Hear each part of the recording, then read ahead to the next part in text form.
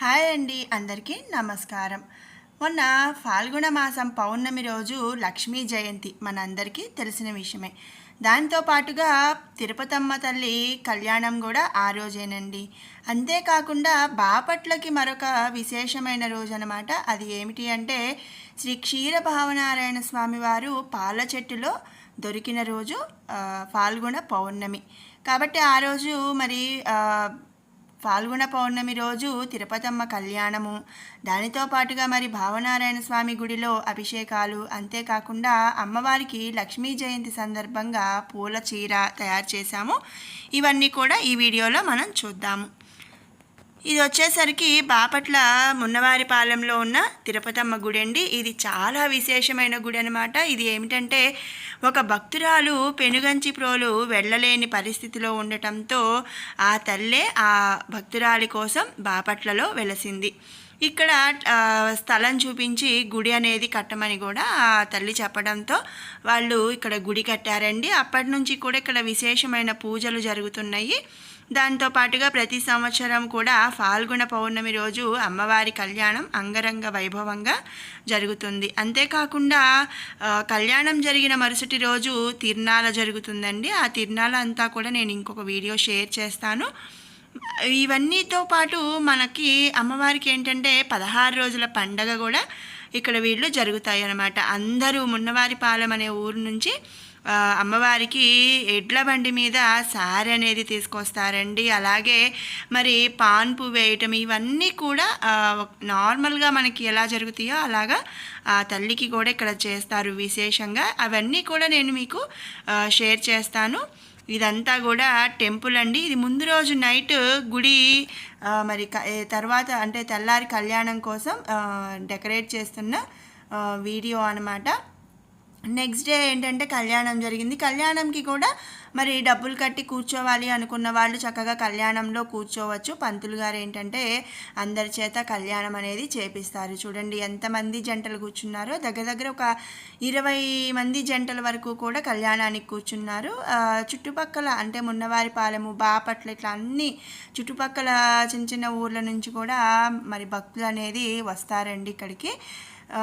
ఇక్కడ అంటే పెనుగంచిప్రోల్లో ఎలా అయితే కళ్యాణం తర్వాత తిరునాళ ఇవన్నీ జరుగుతాయో యాజ్ ఇట్ ఈజ్గా ఇక్కడ అమ్మవారికి కూడా అలాగే చేయటం అనేది ప్రతి సంవత్సరం ఆనవాయితీగా వస్తుంది.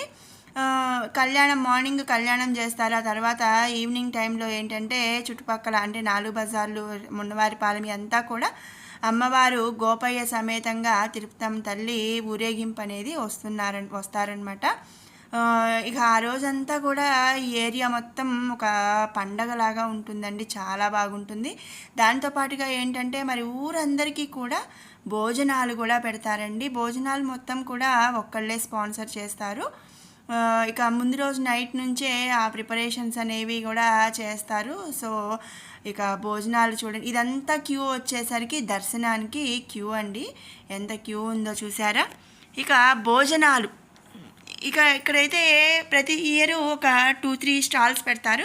ఈ సంవత్సరం 4 కౌంటర్లు పెట్టారండి భోజనాలకి. బఫే సిస్టమ్ అనమాట.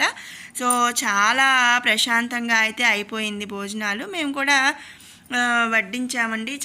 ఇది వచ్చేసరికి చూడండి ఎంతమంది జనము. అసలు ఇక చుట్టుపక్కల అందరూ వస్తారు. బాపట్ల మొత్తం వస్తారండి భోజనాలకి, అమ్మవారి భోజనాలకి. సో ఇది వచ్చేసరికి చూడండి 4 కౌంటర్లు చాలా ఫ్రీగా అయితే అయిపోయింది. అలాగే వడ్డనకి కూడా ఏంటంటే ఈ కీర్తన భజన మండలి వాళ్ళు అట్లా ఉంటారు కదా, వాళ్ళు వాలంటీర్గా చక్కగా వడ్డించడానికి వాలంటీర్గా వచ్చేసారనమాట వాళ్ళే. సో చాలా ప్రశాంతంగా అనేది జరిగిపోతుంది. ఎంతమంది వచ్చినా కూడా. మార్నింగ్ 11:30కి స్టార్ట్ చేశారు భోజనాలు పెట్టడం అనేది. మధ్యాహ్నం 2:30 అయిందండి. మేము ఇంటికి వెళ్ళేసరికి 2:30 అయింది. ఇంకా ఒక 3-3:15 వరకు కూడా భోజనాలు కంటిన్యూ అవుతూనే ఉన్నాయి. అంటే అర్థం చేసుకోండి ఎంతమంది వచ్చారో బఫే సిస్టమ్కి. సో ఇట్లా మరి భోజనాలు అయితే జరిగిందనమాట. అన్నీ చక్కగా ఉన్నాయి వంటలు కూడా.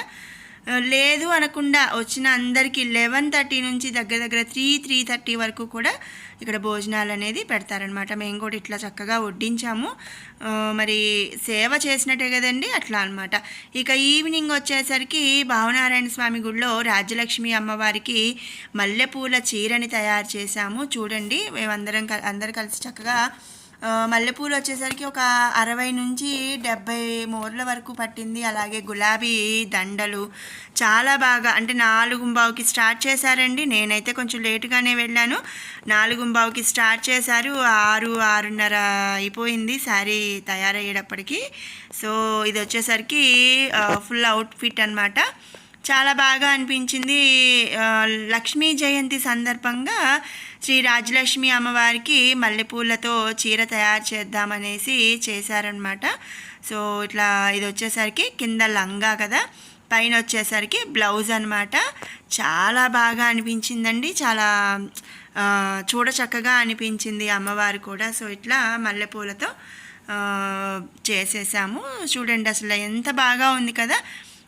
ఇక్కడ ఏంటంటే ఈ 2 మధ్యలో కూడా ఒక తులసి మాల కూడా వస్తుంది, అది పెట్టలేదు. సో ఇలా చక్కగా జరిగిందనమాట.